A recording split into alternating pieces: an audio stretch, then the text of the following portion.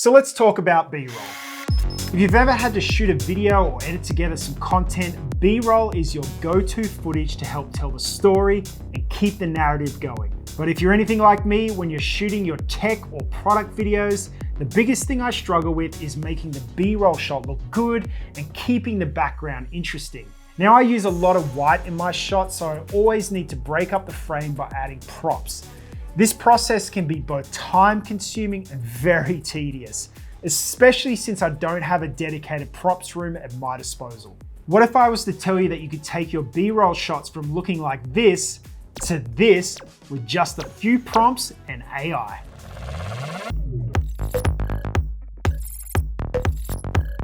So everything you just saw, except for my hands and the product, was created completely with AI. It's photorealistic, it's seamless, and it's a game changer. You may be asking, what is this AI software and how can I get my hands on it? Well, it's called Adobe Generative Fill, and it now comes standard in Photoshop. Now, if you haven't seen any videos on this yet, and you may have no idea what I'm talking about, so let me give you a quick crash course on this AI tech. Now, basically, Adobe Photoshop Generative Fill uses the power of AI to scan the image, then seamlessly integrates new elements into it, adding things like drop shadow, color grading, and blending images and elements so they look like they're part of the original shot. So to achieve this, you enter prompts into the Generative Fill prompt window and the AI does the rest.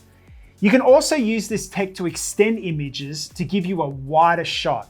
Now the AI works out what the background should look like and extends it automatically for you.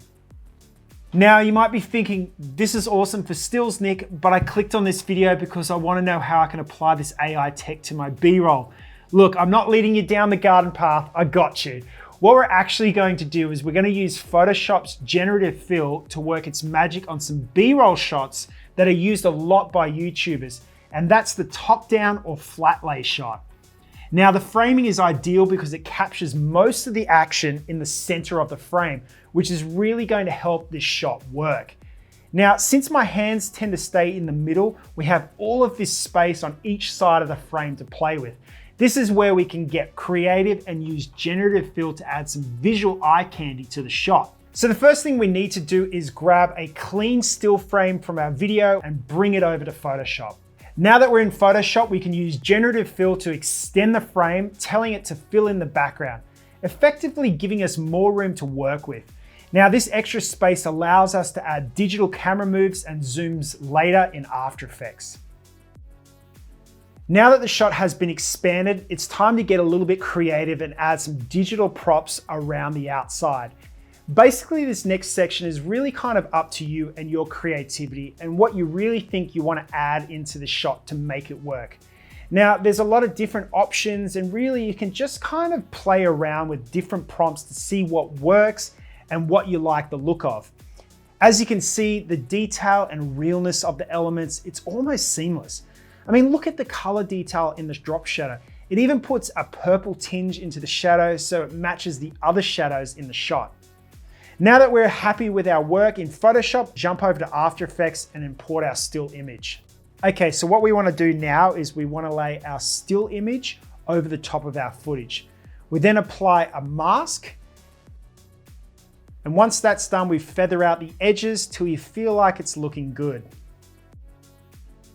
And this is starting to look really good. Because all the action is happening within the middle of the shot, we're able to cheat it to look like it's all the same shot.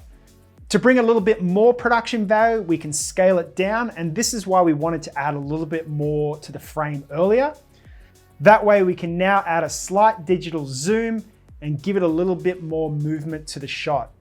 This could also work with a slight pan side to side as well.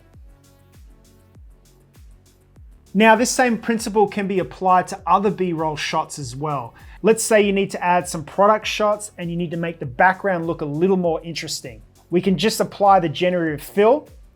We can add in a few props. And there you go. The background looks completely different. This is also great for shots that might be a little too cluttered. You can apply the same principle, remove the unwanted objects, and now the background is clean and non-distracting. So as you can see, it's not really that difficult to create these shots. It's just about getting a little bit creative and thinking outside of the box. Now, I hope this has inspired you to start using this technology and it helps you improve your B-roll game. Now, if you do want to learn more about how to make better YouTube videos, you can check out this video right here. Well, my name's Nick Gulliver. Thanks for watching, and I'll see you in the next video.